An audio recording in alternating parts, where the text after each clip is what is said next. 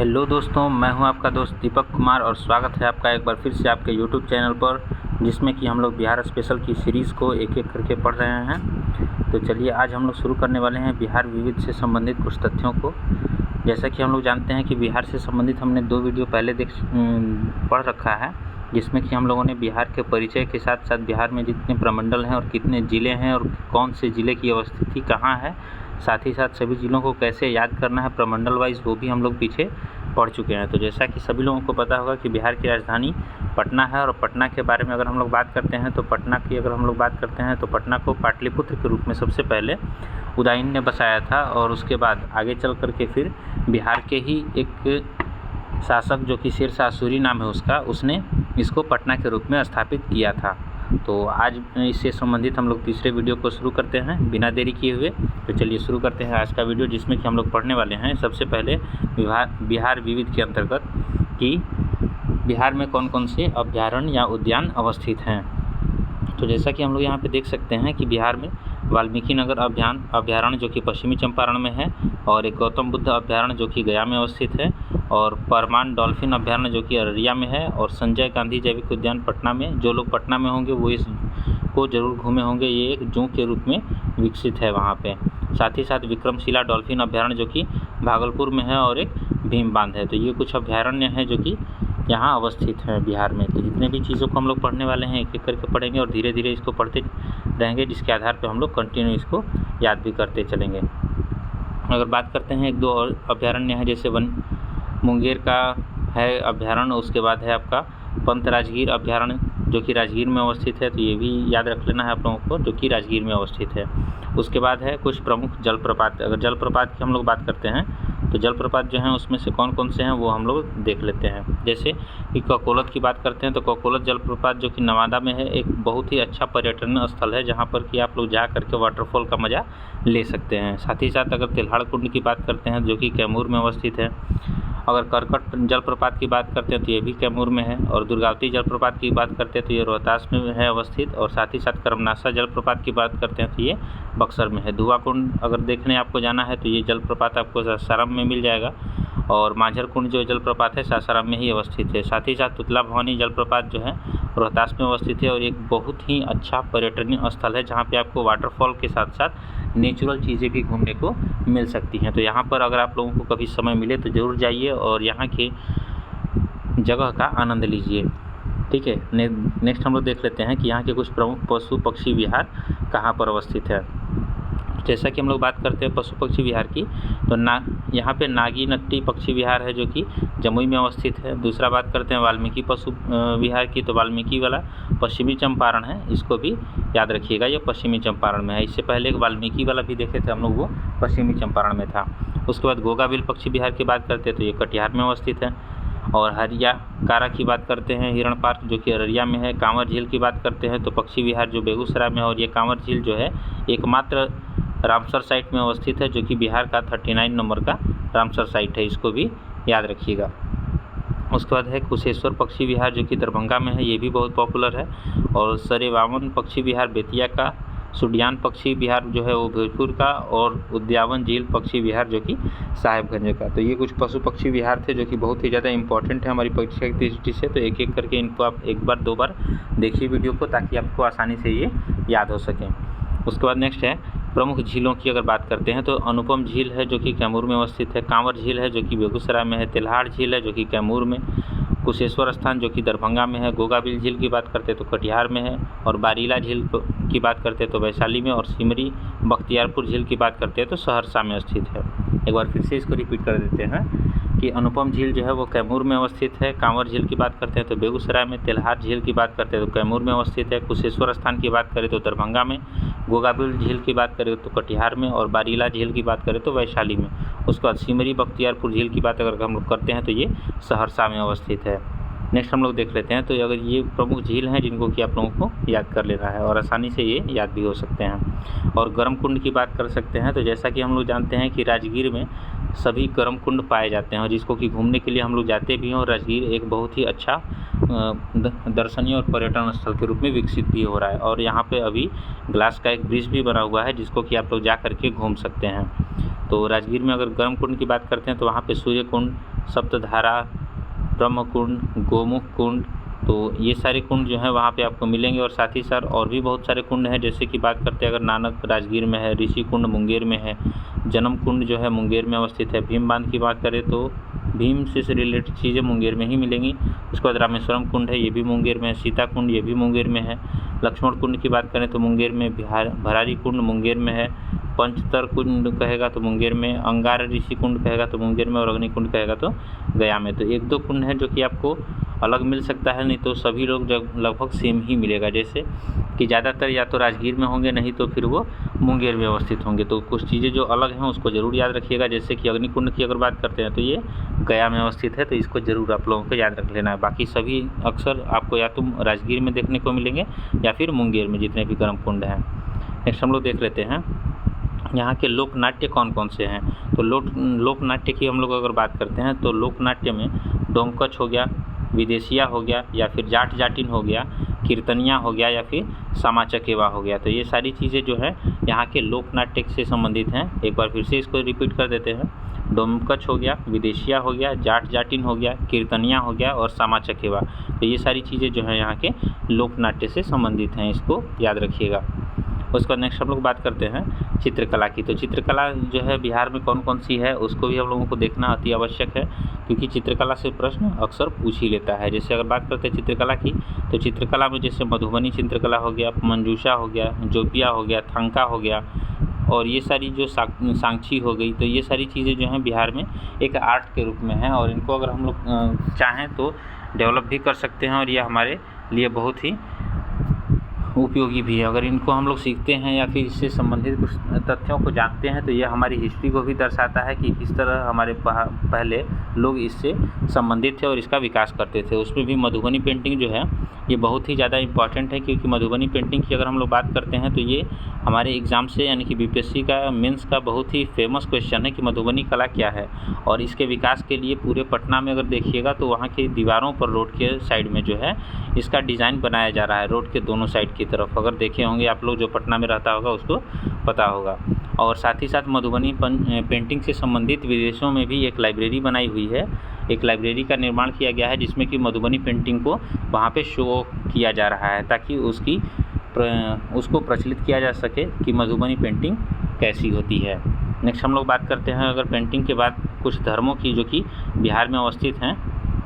तो ये धर्म जो हैं यहाँ पर प्रमुख रूप से कौन कौन से हैं उसको भी हम लोग देख लेते हैं। तो अगर धर्मों की बात करते हैं तो यहाँ पे प्रमुख धर्म के रूप में आपको हिंदू धर्म मिल जाएगा, जो कि सबसे ज़्यादा आपको मिलता है 82.69% के आसपास। उसके बाद अगर बात करते हैं तो दूसरा मुस्लिम धर्म यहाँ पे रहता है, जो लगभग 16.87% के आसपास रहता है। बात करते हैं उसके बाद ईसाई धर्म की, तो 0.12% है। सिख धर्म की 0.02%, जैन धर्म 0.02%, बौद्ध धर्म की बात करें तो 0.02% और अन्य 0.01%। अर्थात कहने का तात्पर्य ये है कि अगर बात करते हैं हम लोग भारत की, तो जैसा कि सबको पता है कि भारत एक धर्मनिरपेक्ष राज्य है और यहाँ पे सभी धर्मों को मान्यता दी गई है। इसी आधार पर बिहार भी एक धर्मनिरपेक्ष राज्य है और यहाँ पर हिंदू, मुस्लिम, सिख, ईसाई, बौद्ध, जैन और जितने भी बाकी धर्म के लोग हैं एक साथ मिलजुल कर रहते हैं। लेकिन बिहार में हिंदू धर्म की बहुलता पर्याप्त है, ठीक है। तो इसको भी हम लोग याद रख लेंगे।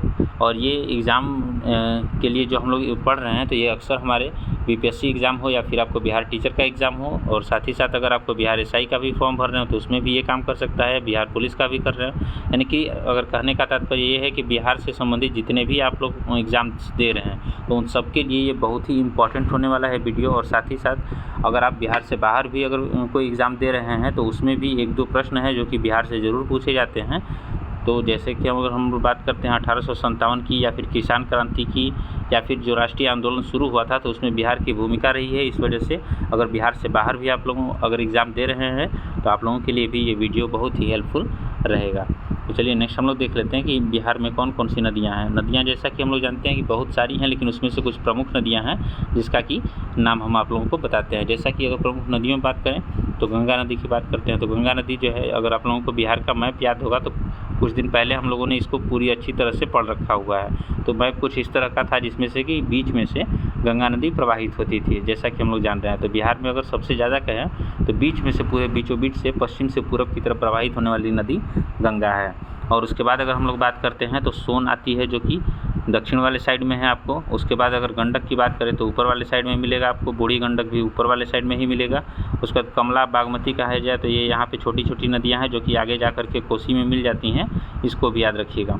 और अगर उसके बाद बात करते हैं घग्गर की तो ये भी आपको मिल जाएगा। उसके बाद कर्मनाशा नीचे से नदी एक आती है जो कैमूर की पहाड़ी से निकलती है और आकर के गंगा में मिल जाती है। उसके बाद पुनपुन की बात करते हैं तो ये भी इधर से निकल करके उसके बाद गंगा में मिल जाती है। फल्गु भी कहेगा तो नीचे की तरफ से आने वाली नदी है, क्यूल भी है यहाँ पर, और अजय नदी जो है यहाँ लास्ट में है वो भी है। तो इस तरह से बहुत सारी नदियाँ हैं जो कि बिहार में अवस्थित है। अगर बात करते हैं तो बिहार में लास्ट की तरफ से एक महानंदा नदी है जो कि सबसे पूर्वी बिहार में बहती है। तो इस तरह से अगर हम लोग नदी देखें तो बिहार में नदियों का एक जाल बना हुआ है, जिसमें कि एक सेंटर की तरफ नदी बह रही है और उसके बाद चारों तरफ से नदियाँ आकर के उसमें मिल रही है। तो नदियों के लिए एक अलग से वीडियो आप लोगों को बना करके हम दे देंगे ताकि किसी भी तरह का दिक्कत ना हो नदियों को पढ़ने में। चलिए नेक्स्ट हम लोग देख लेते हैं। अगर इससे रिलेटेड वीडियो की ज़रूरत होगी तो बिहार से रिलेटेड नदियों के बारे में हम एक अलग से वीडियो बना देंगे, उसको आप लोग देख लीजिएगा, जो कि आपके एग्ज़ाम के लिए बहुत ही ज़्यादा हेल्पफुल रहेगा। और एक बार में हम गारंटी लेते हैं कि आप उस चीज़ को अच्छे से समझ जाइएगा।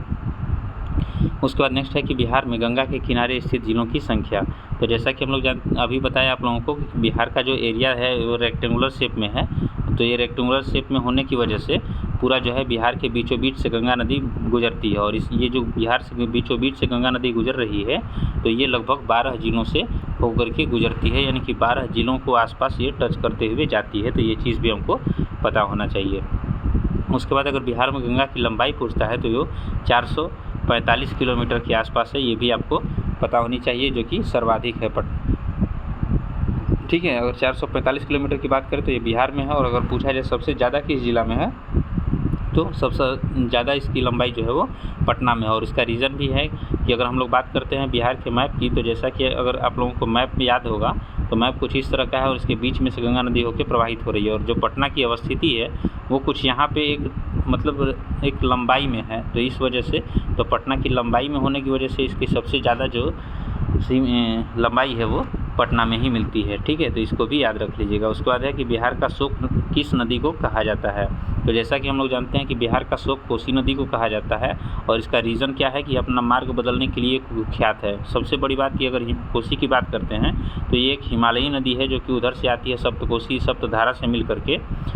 और वहाँ से आने के बाद होता क्या है कि हिमालय से आने की वजह से इसकी प्रवाह में बहुत ज़्यादा जल की मात्रा रहती है। और हर साल क्या करती है कि अपने रास्ते को बदल देती है कुछ कुछ करके। जैसे आज इस रास्ते से निकल रही है तो कल किसी और रास्ते से, जैसे आज ए से निकल रही है तो कल बी से भी जा सकती है। तो ये अपना मार्ग परिवर्तित करते रहती है, इस वजह से कोसी को बिहार का शोक कहा जाता है। ये प्रश्न यूपीएससी का पूछा हुआ भी है, आप इसको अच्छे से याद रखिएगा कि बिहार का शोक किसको कहते हैं, तो कोसी नदी को कहते हैं। और अगर रीज़न पूछता है तो यह अपना मार्ग बदलने के कारण यहाँ पे बाढ़ की विभीषिका उत्पन्न कर देती है, इस वजह से इसको बिहार का शोक कहा जाता है। नेक्स्ट हम लोग देख लेते हैं कि कोसी नदी जो है गंगा में कहाँ मिलती है। तो जैसा कि हम लोग जानते हैं कि ऊपर से सप्तकोसी सप्तधाराओं से मिलकर के कोसी नदी आ रही है।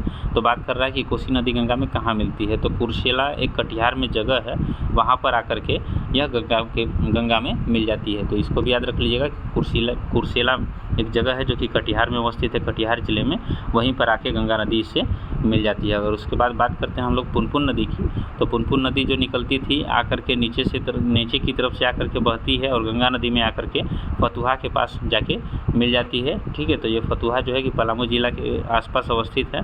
ठीक है, तो अगर बात करते हैं हम लोग इसके उद्गम की, तो पुनपुन नदी का जो उद्गम है वो पलामू जिला में है, ये याद रख लीजिएगा। पलामू जिला झारखंड में इसका उद्गम है और वहाँ से आकर के ये गंगा के फतुहा में आकर के मिल जाती है। इसको भी आपको अच्छे से याद रख लेना है। चलिए नेक्स्ट हम लोग देख लेते हैं।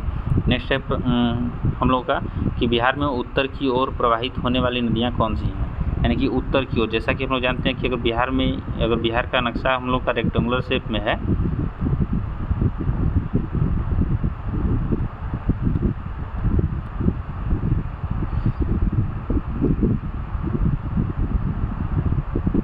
अगर बात करते हैं हम लोग बिहार के नक्शे की, तो बिहार का नक्शा जैसा कि हम लोग जानते हैं रेक्टेंगुलर शेप में है। तो ये रेक्टेंगुलर शेप में होने के साथ साथ अगर देख लें हम लोग कुछ इस तरह से, तो इसमें बीच में से गंगा नदी प्रवाहित होती है। तो कुछ नदियाँ हैं जो कि नीचे से आकर के मिल रही हैं और कुछ नदियाँ हैं जो ऊपर से आके मिलती हैं। तो ऊपर से नदियाँ जो आकर के मिलती हैं वो हिमालयी नदियाँ होती हैं, और जो नीचे से जाती हैं कुछ जो होती है पहाड़ी नदियाँ, और कुछ जो है पठारी नदियाँ आकर के मिलती हैं। तो इसमें से पूछ रहा है कि बिहार में उत्तर की ओर प्रवाहित। तो जैसा कि हम लोग मैप में अगर पढ़े हैं तो पिछले वीडियो में मैंने आप लोगों को बता रखा है कि जो मैप में डायरेक्शन होता है वो ईस्ट वेस्ट नॉर्थ साउथ किधर की तरफ होता है। तो ये आपको अच्छे से पता होना चाहिए कि अब पूछ रहा है कि बिहार में उत्तर की ओर, तो उत्तर हो जाएगा आपका ऊपर की तरफ, अर्थात नीचे से, यानी कि पहाड़ी और पठारी नदियाँ जो आकर के मिलती हैं। तो उसमें से कुछ प्रमुख हैं, जैसे सबसे पहले यहाँ से कर्मनाशा नदी आके मिल जाती है, उसके बाद सोन है, फिर पुनपुन है, उसके बाद फल्गु है, फल्गु के बाद किऊल है, फिर नीचे अजय है, संकोश नदी है। तो ये सारी नदियाँ हैं जो कि नीचे से आकर के मिलती हैं, तो इसको भी याद रख लीजिएगा। अगर इसी के अपोजिट पूछता है कि अगर हिमालयी नदियाँ कौन कौन सी हैं, तो उसमें भी आपको याद रख लेना है, जैसे घग्गर हो गया, गंडक हो गया, बूढ़ी गंडक हो गया,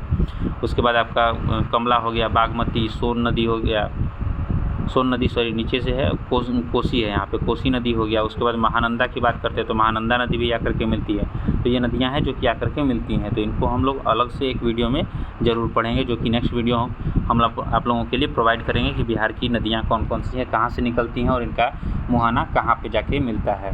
नेक्स्ट हम लोग देख लेते हैं कि सोन नदी जो है वो गंगा में कहाँ मिलती है। तो सोन नदी की बात करते हैं तो ये पटना में मनेर एक जगह है जो हल्दी छपरा में है, यहाँ पे आकर के पटना में ये मिल जाती है। ठीक है, नेक्स्ट हम लोग देख लेते हैं सोन नदी का उद्गम स्थल है। सोन नदी का अगर उद्गम स्थल की बात करते हैं तो ये अमरकंटक की पहाड़ी से निकलती है, जो कि मध्य प्रदेश में अवस्थित है सोन नदी, जो कि आकर के बिहार में गंगा में मिल जाती है। साथ ही साथ अगर बात करते हैं अमरकंटक की, तो यह अमरकंटक से और भी नदियाँ निकलती हैं, इस वजह से ये बहुत ही महत्वपूर्ण है, इसको भी याद रख लीजिएगा। नेक्स्ट हम लोग देख लेते हैं, अगर बात करते हैं अमरकंटक की, अमरकंटक से 3 नदियाँ निकलती हैं, उसको भी हम लोग याद कर लेते हैं। अमरकंटक पहाड़ी जो है वहाँ से 3 नदियाँ 3 दिशाओं की तरफ निकलती हैं। तो एक तो हो जाता है सोन नदी जो कि बिहार की तरफ आ जाता है, एक नर्मदा नदी जो कि अरब सागर की तरफ चला जाता है, और एक जोहिला नदी है जो कि जा कर के फिर इसकी सहायक नदी बन जाती है। तो अमरकंटक से 3 नदियाँ निकलती हैं, इसको भी आप लोगों को याद रख लेना है। नेक्स्ट बात करते हैं हम लोग बिहार के पहली नदी जोड़ योजना की। तो नदी जोड़ योजना जो बिहार की सबसे पहली है वो कोसी मेची नदी जोड़ योजना है, इसको भी आप लोग को याद रख लेना है। नेक्स्ट बात करते हैं हम लोग बिहार के किस कृषि जलवायु क्षेत्र में सर्वाधिक जिले हैं, यानी कि कौन सा कृषि क्षेत्र है वहाँ पर जहाँ की सर्वाधिक जिले पाए जाते हैं। तो उत्तर पश्चिम की अगर हम लोग बात करते हैं तो अगर मैप में अगर हम बात करें तो ऊपर की तरफ नॉर्थ होता है और इस साइड में आपका पश्चिम होता है, तो इसको भी याद कर दीजिए। यानी कि ये वाला जो एरिया है बिहार में, वहाँ पर कृषि जलवायु क्षेत्र में सर्वाधिक जिले अवस्थित हैं, ये भी याद रख लेना है आपको।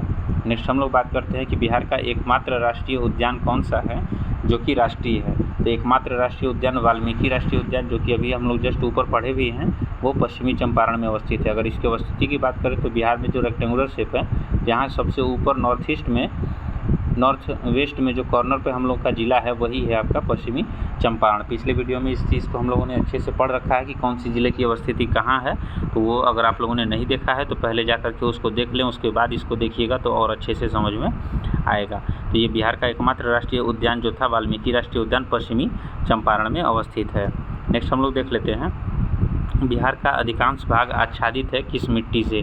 तो जैसा कि हम लोग अगर बात करते हैं तो पूरे भारत में सबसे ज़्यादा जलोढ़ मिट्टी पाई जाती है। इसी वजह से अगर बिहार के भी भूभाग की बात करें तो इसका भौगोलिक विस्तार के अनुसार यहाँ की जो जलवायु है उससे संबंधित जो है यहाँ पे कछारी मिट्टी या जलोढ़ मिट्टी पाई जाती है। तो जलोढ़ मिट्टी को ही यहाँ पे कछारी मिट्टी कहा जाता है, ये चीज़ भी आप लोग याद कर लीजिएगा, क्योंकि पिछली बार बीपीएससी वाले एग्जाम में ये प्रश्न पूछा हुआ था कि बिहार का अधिकांश भाग जो है वो किस मिट्टी से आच्छादित है, और आप सब लोगों को ये चीज़ पता था कि यहाँ जलोढ़ मिट्टी सर्वाधिक पाई जाती है, लेकिन ऑप्शन में जलोढ़ की जगह पर कछारी दिया हुआ था। तो ये चीज़ भी आपको पता होना चाहिए कि जलोढ़ मिट्टी को ही कछारी मिट्टी कहा जाता है। नेक्स्ट हम लोग देख लेते हैं कि सबसे अधिक पतझड़ वाले वन क्षेत्र से घिरा जिला कौन सा है। तो सबसे अधिक पतझड़ वाले वन क्षेत्र से घिरा जिला की बात करते हैं तो वो पश्चिमी चंपारण है, ये चीज़ भी हम लोगों को पता होना चाहिए। नेक्स्ट हम लोग देख लेते हैं कि पूर्वी मध्य रेलवे का मुख्यालय कहाँ पे है। तो पूर्व मध्य रेलवे का मुख्यालय की बात करते हैं तो हाजीपुर में अवस्थित है, और जिसकी स्थापना 1 अक्टूबर 2002 को हुई थी, ये भी हम लोग को याद रख लेना है। नेक्स्ट हम लोग देख लेते हैं कि बिहार की प्रथम बहुउद्देशीय परियोजना कौन सी थी। अगर बात करते हैं बिहार के प्रमुख बहुउद्देशीय परियोजना की तो वो हो जाएगा आपका सोन परियोजना। तो सोन परियोजना जो है बिहार की प्रथम बहुउद्देशीय परियोजना है, जिसको कि हम लोगों को याद रखना है। और बिहार एवं उत्तर प्रदेश की संयुक्त परियोजना, बिहार और यूपी इन दोनों ने मिल करके एक संयुक्त परियोजना तैयार की है और उसकी बात करते हैं हम लोग तो वो हो जाएगा आपका गंडक परियोजना। तो इसको भी याद रख लीजिएगा, एक संयुक्त परियोजना है जिसका नाम गंडक परियोजना है। और साथ ही साथ अगर बात करते हैं बिहार और नेपाल की संयुक्त परियोजना की तो वो हो जाएगा आपका कोसी वाला। तो कोसी परियोजना अगर कहेगा तो कोसी जैसा कि हम लोग जानते हैं नेपाल साइड से आती है, तो नेपाल साइड से आने की वजह से कोसी जो है बिहार और नेपाल की संयुक्त परियोजना है। अगर बात करते हैं हम लोग गंडक परियोजना की तो गंडक परियोजना जो है गंडक नदी यूपी से होते हुए बिहार में प्रवेश करती है। तो ये चीज़ अगर आप लोगों को नदियों के अनुसार पता है तो नेक्स्ट वीडियो में हम ज़रूर एक बना देंगे, क्योंकि नदियाँ बहुत ही महत्वपूर्ण हैं। तो नदियाँ जो है यहाँ अगर बात करते हैं गंडक की तो ये यूपी से निकल करके बिहार में प्रवेश करती है, इसी वजह से गंडक परियोजना जो है वो यूपी और बिहार के संयुक्त परियोजना है। अगर बात करते हैं बिहार की प्रथम बहुउद्देशीय परियोजना तो बिहार में एक सोन नदी है जिस पर कि सोन परियोजना को बनाया गया है। तो ये चीज़ आप लोगों को अच्छे से याद रख लेना है। नेक्स्ट हम लोग देख लेते हैं बरौनी रिफाइनरी। तो बरौनी रिफाइनरी की बात करते हैं तो इसकी स्थापना कब हुई थी तो 1964 में, और इसको स्थापना करने में हेल्प किसने किया था तो वो रशिया था। तो ये चीज़ भी आपको याद रख लेना है कि इसको रशिया की सहायता से 1964 में बिहार में स्थापित किया गया था।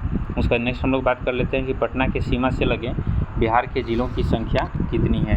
तो जैसा कि हम लोग पिछले वीडियो में इस चीज़ को अच्छे से पढ़ रखे हैं जिले वाइज कि कौन सा ज़िला इससे टच कर रहा है और कौन सा नहीं कर रहा है। तो अगर एक बार फिर से आप लोगों को वैसे बता देते हैं कि पटना के सीमा से लगे बिहार के ज़िलों की संख्या बात करेगा तो टोटल 9 ज़िले हैं। तो जैसा कि हम लोग बताया था कि इसका जो आकार है पटना का कुछ इस तरह से लंबा है तो बिहार में।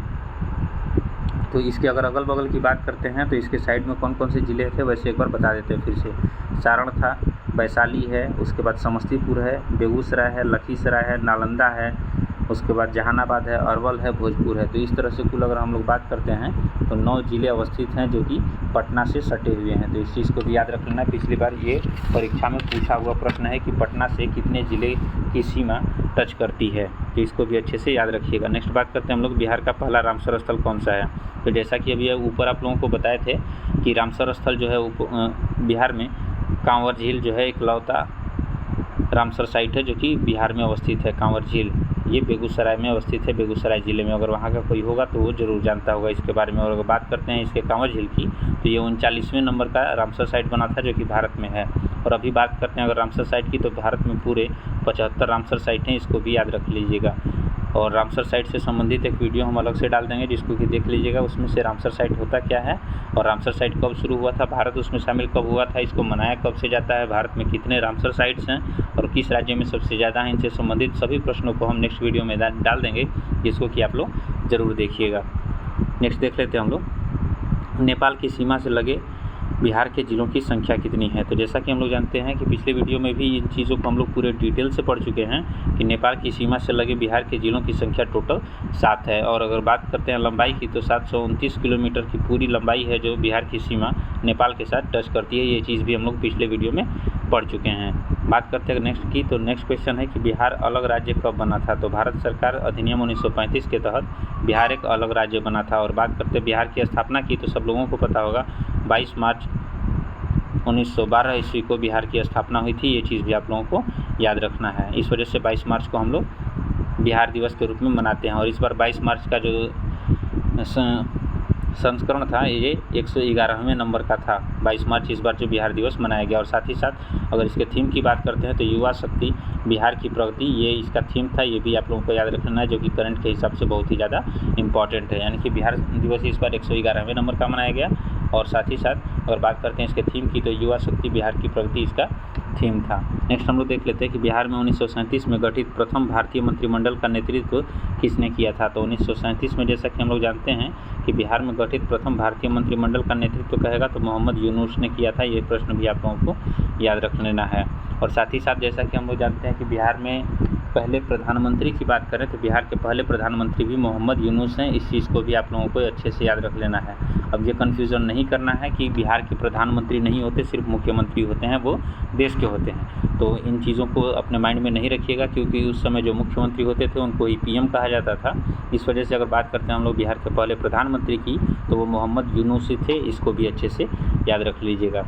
नेक्स्ट है कि बिहार का सबसे पुराना गिरजाघर पादरी की हवेली है। इसको भी याद रखिएगा। बिहार का सबसे पुराना गिरजाघर की बात करता है तो पादरी की हवेली है। नेक्स्ट हम लोग देख लेते हैं पटना कॉलेज की स्थापना कब हुई थी। तो अगर बात करते हैं पटना कॉलेज की, तो पटना कॉलेज की स्थापना 1863 में हुई थी पटना में। उसके बाद पटना वीमेंस कॉलेज की बात करते हैं तो इसकी स्थापना 1940 में हुई थी। और पटना विश्वविद्यालय की स्थापना पूछते हैं तो इसकी स्थापना 1916 में हुई थी। और जैसे की बात करते हैं पटना हाई कोर्ट की, तो पटना हाई कोर्ट की स्थापना 1916 में हुई थी। ये भी आप लोगों को याद रख लेना है।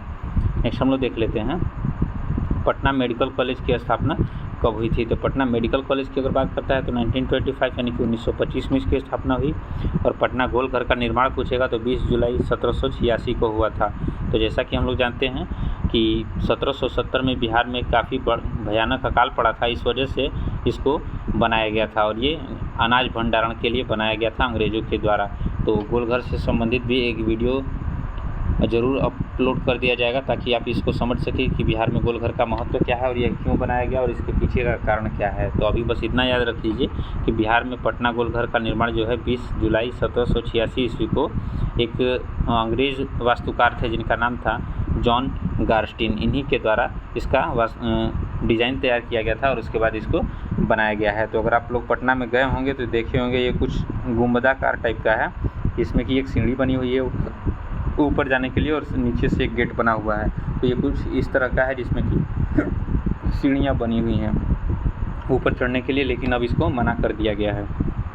नेक्स्ट हम लोग देख लेते हैं सदाकत आश्रम की स्थापना कब हुई थी। तो सदाकत आश्रम की स्थापना 1921 में हुई थी मजहरुल हक के द्वारा। तो ये चीज़ भी आप लोगों को याद रख लेना है।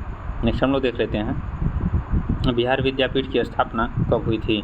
तो बात करते हैं अगर बिहार विद्यापीठ की स्थापना तो 6 फरवरी 1921 ईस्वी को गांधी जी ने इसकी स्थापना की थी, इसको भी याद रख लेना है। अगर बात करते हैं 1913 में पटना में अनुशीलन समिति की स्थापना की, तो ये सचिंद्र नाथ सन्याल के द्वारा हुआ था, इसको भी हमें याद रख लेना है। नेक्स्ट हम लोग देख लेते हैं कि बिहार में बिहार समाजवादी पार्टी का गठन किसने किया था। अगर बिहार समाजवादी पार्टी की स्थापना पूछते हैं तो समाजवादी अगर कहेगा तो 1931 में हुआ था। ये प्रश्न भी याद रखिएगा, पिछली बार का बीपीएससी का पूछा हुआ प्रश्न है कि बिहार समाजवादी पार्टी का गठन 1931 में हुआ था और इसकी स्थापना फूलन प्रकाश वर्मा एवं जयप्रकाश नारायण इन दोनों ने मिलकर की थी, इसको भी याद रखिएगा। नेक्स्ट हम लोग देख लेते हैं पटना में बिहार प्रदेश सम्मेलन कब हुआ था। तो पटना में बिहार प्रदेश सम्मेलन के जो टाइम पीरियड है वो 1908 है, इसको भी याद रख लीजिएगा। नेक्स्ट हम लोग बात करते हैं तो बिहार छात्र सम्मेलन का पहला अधिवेशन 1908 में पटना में ही हुआ था। तो ये 1908 जो है बहुत ही इंपॉर्टेंट है, इसको याद रख लीजिएगा कि पटना में बिहार प्रदेश सम्मेलन 1908 में ही हुआ और बिहार छात्र सम्मेलन का पहला अधिवेशन भी पूछेगा तो 1908 में पटना में ही हुआ था। और साथ ही साथ 11 अगस्त 1908 ईस्वी को जो खुदीराम बोस हैं इनको फांसी दी गई थी, ये चीज़ भी याद रखिएगा, जो कि बहुत ही इम्पॉर्टेंट फैक्ट है हम लोग के मॉडर्न हिस्ट्री के हिसाब से। और आगे एक एक करके हम लोग सभी चीज़ पढ़ने वाले हैं डिटेल वाइज पूरा। पटना युवक संघ की स्थापना पूछता है तो 1927 में मणिंद्र नारायण द्वारा किया गया था, तो इसको भी याद रख लेना है कि 1927 में मणिंद्र नारायण के द्वारा पटना युवक संघ की स्थापना की गई थी।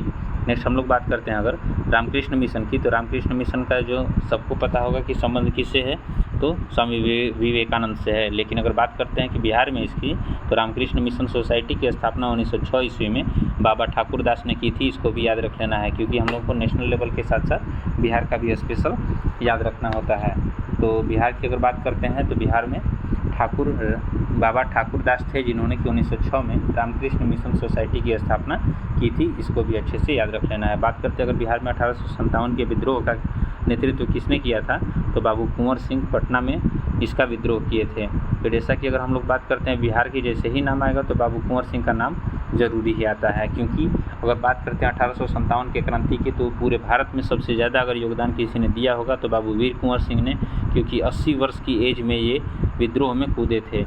और इससे संबंधित अगर वीडियो कहिएगा तो एक अलग से हम लोग मॉडर्न हिस्ट्री में पढ़ेंगे, जो कि सीक्वेंस वाइज हम लोग पढ़ने वाले हैं। तो उसमें अच्छे से हम लोग पढ़ेंगे कि बिहार में 1857 की क्रांति जो है वो रोहिणी गांव से शुरू हुई थी और वहां से फिर ये आग फैली थी।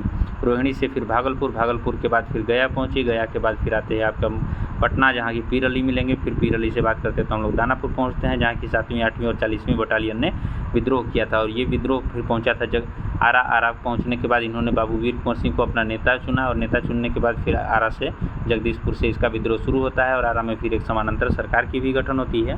तो ये सारी चीज़ें हैं जो कि बहुत ही ज़्यादा ज़रूरी है बिहार से संबंधित। तो बिहार का ये प्रश्न अक्सर बार बार परीक्षा में पूछता है, क्योंकि बीपीएससी का ये फेवरेट प्रश्न है बाबू वीर कुंवर सिंह। तो कई बार इनसे पूछा गया और एक बार नहीं, हर बार हर परीक्षा में एक एक प्रश्न आ ही जाता है। तो इसको अच्छे से याद रख लीजिएगा कि 1857 के नेतृत्व का विद्रोह बिहार में किसने किया, तो बाबू कुंवर सिंह ने किया। लेकिन अगर लोकल नेम पे आते हैं तो लोकल में अन्य लोगों का भी नाम आता है, जिसको कि हम लोग स्पेशल वीडियो में आगे पढ़ने वाले हैं। नेक्स्ट है कि वीर कुंवर सिंह का जन्म कहाँ हुआ था और कब हुआ था। तो वीर कुंवर सिंह का जन्म अगर पूछेगा तो 1977 में भोजपुर जिले के जगदीशपुर में हुआ था, तो जो कि आरा के पास ही है। तो इस जगदीशपुर में वीर कुंवर सिंह का जन्म हुआ था। उसके बाद अगर बात करते हैं बाबू वीर कुंवर सिंह की मृत्यु कब हुई थी, तो जन्म 1777 है और मृत्यु इनकी 26 अप्रैल 1858 को हुई थी। तो ये चीज़ आपको याद रख लेना है कि 26 अप्रैल 1858 को इनकी जो मृत्यु हुई थी वो कैप्टन ली ग्रांड नाम का एक अंग्रेज़ था, इसके साथ युद्ध के बाद हुई थी। तो इनसे युद्ध लड़े थे और लड़ने के बाद फिर जब गंगा नदी पार कर रहे थे तो उस समय इनके बाँह में एक गोली लगी थी और अपने शरीर में संक्रमण फैलने के डर से इन्होंने क्या किया था कि अपने दूसरे हाथ से उस हाथ को काट करके गंगा मैया को अर्पित कर दिया था। और अर्पित करने के कुछ दिनों के बाद इनकी तबीयत ज़्यादा खराब हुई थी और ख़राब होने के बाद स्वास्थ्य खराब होने की वजह से ये 26 अप्रैल 1858 को वीर गति को प्राप्त हो गए थे। तो इनके लिए वीर गति सबसे इम्पॉर्टेंट शब्द है, ये याद रखिएगा, क्योंकि बिहार में बहुत ही ज़्यादा महत्वपूर्ण व्यक्ति हैं ये, और साथ ही साथ पूरे देश में भी। और चंपारण में नेक्स्ट क्वेश्चन की बात करते हैं, तो चंपारण में गांधी जी को किसने आमंत्रित किया था। तो एक है राजकुमार शुक्ल, इसका नाम लगभग सभी लोग जानते ही होंगे कि राजकुमार शुक्ल जो है इन्होंने चंपारण में गांधी जी को आमंत्रित किया था। तो इसकी भी एक कहानी बहुत लंबी है, जिसको कि आगे हम लोग मॉडर्न वाले में पढ़ने वाले हैं कि कैसे चंपारण से राजकुमार शुक्ल जो कि एक अनपढ़ किसान हैं लेकिन अपने आप को ले जाते हैं फिर लखनऊ अधिवेशन कांग्रेस का जो 1916 हुआ था उसमें, और वहाँ जाके मिलते हैं गांधी जी से और गांधी जी से आग्रह करके उनको बुलाते हैं वापस बिहार में चंपारण आकर के देखने के लिए। लेकिन गांधी जी पहली बार आने से मना कर देते हैं, लेकिन राजकुमार शुक्ल की हट और जिद ने उन्हें वापस बिहार की धरती पर खींच लाया और उस मोहनदास गांधी को यहाँ पर ला करके महात्मा गांधी की उपाधि प्रदान कर दी। ठीक है, नेक्स्ट हम लोग देख लेते हैं राजकुमार शुक्ल कहाँ के निवासी थे। तो राजकुमार शुक्ल जो है मुरली भरहवा एक गांव है चंपारण ज़िले में, जो कि वहाँ की उनका एक लोकल किसान थे, इसको भी याद कर लेना है, जो कि आगे चल कर के एक किसान नेता के रूप में उभरे थे। तो मुरली भरहवा गांव जो कि चंपारण में पड़ता है, वहाँ के निवासी थे राजकुमार शुक्ल, जिन्होंने 3 कठिया प्रथा के विरोध में अपना आवाज़ उठाया था, जिसमें कि 3/20 भाग पर खेती करना अनिवार्य कर दिया गया था। उसके बाद नेक्स्ट हम लोग देख लेते हैं कि भारत में गांधी जी का प्रथम सत्याग्रह आंदोलन कौन सा था। तो अगर भारत में गांधी जी का प्रथम सत्याग्रह आंदोलन की बात करता है तो वो चंपारण वाला था, 1917 वाला, इसको भी याद रख लीजिएगा। लेकिन अगर बात करता है कि गांधी जी का प्रथम सत्याग्रह कौन था, तो अगर भारत न पूछे तो भारत अगर नहीं पूछेगा तो दक्षिण अफ्रीका में पहली बार ये सत्याग्रह किए थे, इसको भी याद रख लीजिएगा। उसके बाद नेक्स्ट है कि चंपारण में गांधी जी की जान किसने बचाई थी। तो वो एक नाम है जो कि इस बार की एग्ज़ाम बीपीएससी ने पूछा था कि इस बार बीपीएससी ने ये प्रश्न पूछा था कि चंपारण में गांधी जी की जान किसने बचाई थी, तो वो थे बत्तख मियाँ, इसको याद रख लीजिएगा। क्योंकि चंपारण में गांधी जी जब बहुत ज़्यादा पॉपुलर हो गए थे तो कुछ लोग इनके विरोध में आए थे और इनको एक शरबत में पूरा जहर दे करके पिलाया जाना था इनके स्वागत में।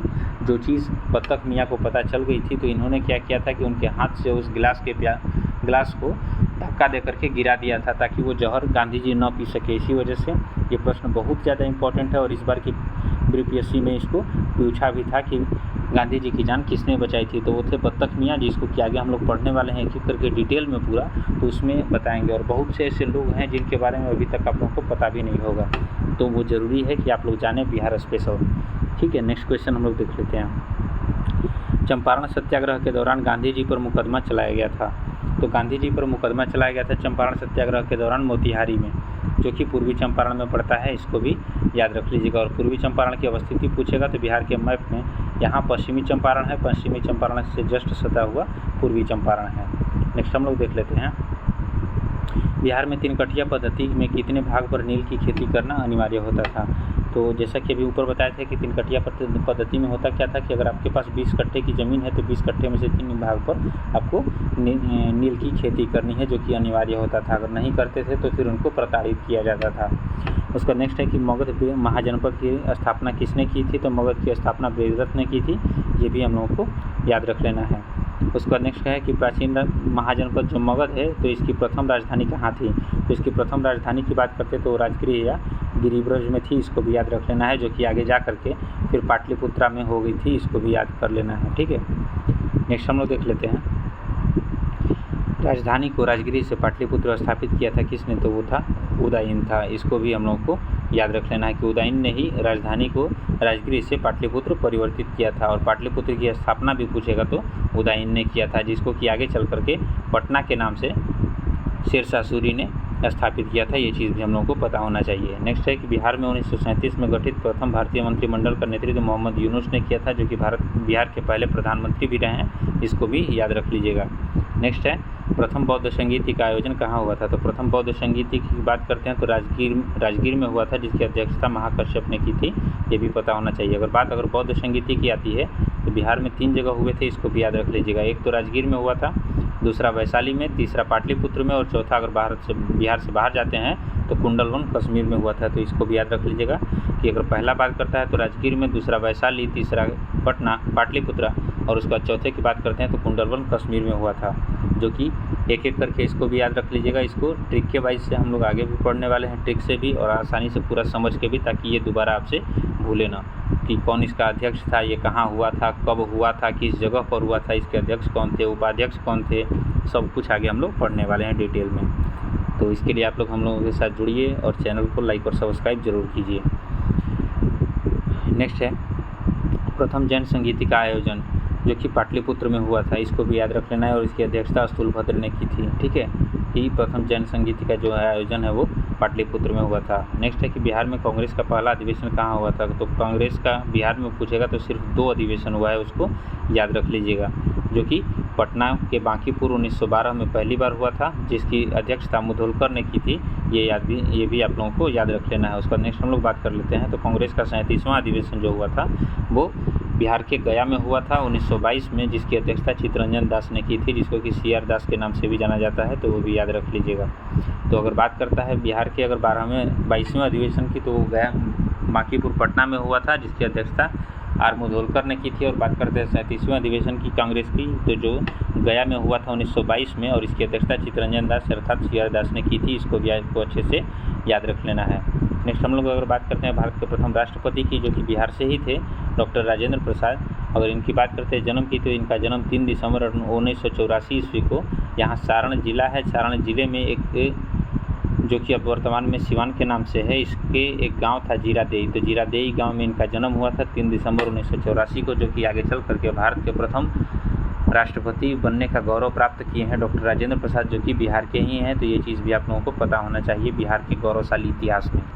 नेक्स्ट हम लोग देख लेते हैं राजेंद्र प्रसाद संविधान सभा के सभापति कब बने थे, तो जैसा कि हम लोग जानते हैं कि संविधान जब बन रहा था उस समय, तो 9 दिसंबर को पहली बार इसकी बैठक हुई थी। तो 9 दिसंबर को बैठक के बाद हुआ क्या था कि एक अस्थायी अध्यक्ष चुना गया था सच्चिदानंद सिन्हा को, लेकिन फिर 10 दिसंबर को भी बैठक होती है, उसके बाद फिर 11 दिसंबर को, जब 11 दिसंबर की बैठक होती है तो वहाँ पर डॉक्टर राजेंद्र प्रसाद जो थे इनको अस्थायी अध्यक्ष के रूप में चुन लिया जाता है, जो कि तीसरी बैठक थी। तो ये चीज़ याद रख लीजिएगा कि राजेंद्र प्रसाद जो हैं इनको संविधान सभा के सभापति कब बने थे, तो 11 दिसंबर 1946 को, ये चीज़ आपको पता होनी चाहिए। नेक्स्ट हम लोग देख लेते हैं 1946 में बनी अंतरिम सरकार में डॉक्टर राजेंद्र प्रसाद जब बने थे तो इनको कौन सा विभाग मिला था, तो वो खाद्य और कृषि विभाग था, एग्रीकल्चर एंड फूड डिपार्टमेंट था, तो इसको भी याद रख लीजिएगा कि फूड एंड एग्रीकल्चर डिपार्टमेंट था, साथ ही साथ इसको याद रख लीजिएगा। ठीक है, चलिए नेक्स्ट हम लोग देख लेते हैं लोकनायक की उपाधि किसे दी गई है, तो लोकनायक की उपाधि अगर बात करता है तो जयप्रकाश नारायण को दी गई है, तो ये चीज़ भी आप लोगों को याद रख लेना है। एक एक करके चीज़ों को हम लोग पढ़ने वाले हैं, और भी जैसे अगर बाबू की उपाधि पूछेगा तो बाबू की उपाधि जैसा कि हम लोग जानते हैं ऊपर वीर कुंवर सिंह को दी गई है, तो ये चीज़ भी आप लोगों को पता होनी चाहिए कि वीर कुंवर सिंह को इसकी उपाधि दी गई थी। तो और भी कुछ उपाधियाँ हैं जो कि हम लोग पढ़ेंगे जो बिहार से संबंधित है, एक एक करके सभी को वीडियो के माध्यम से।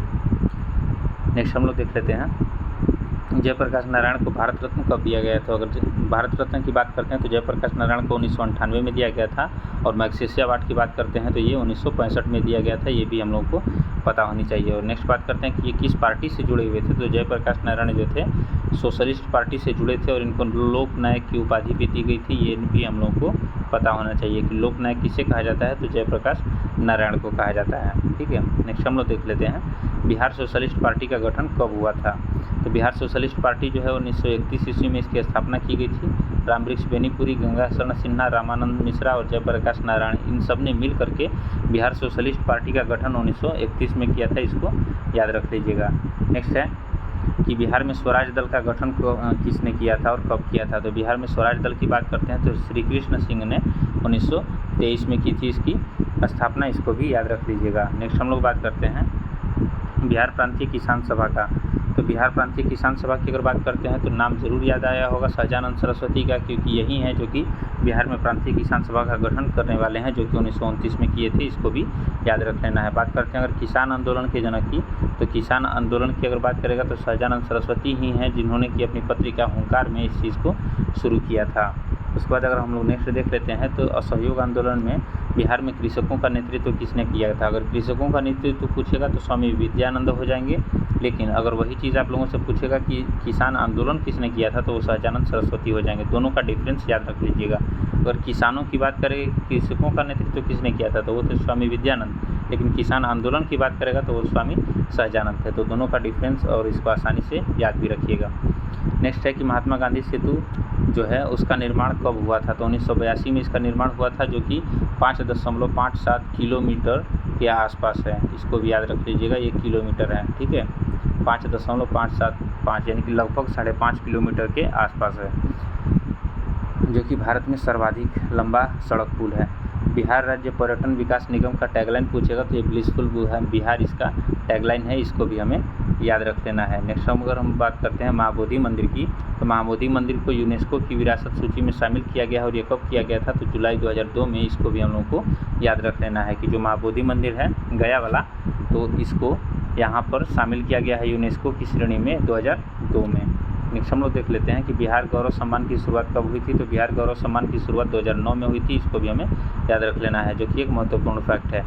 पटना लॉन का गांधी मैदान के रूप में नामकरण कब हुआ था। तो जैसे अभी हम लोग वर्तमान में बात करते हैं तो पटना में एक गांधी मैदान है, तो गांधी मैदान से पहले इसका नाम जो था पटना लॉन था, और इसका नाम गांधी मैदान कब हुआ था तो वो 1948 में हुआ था।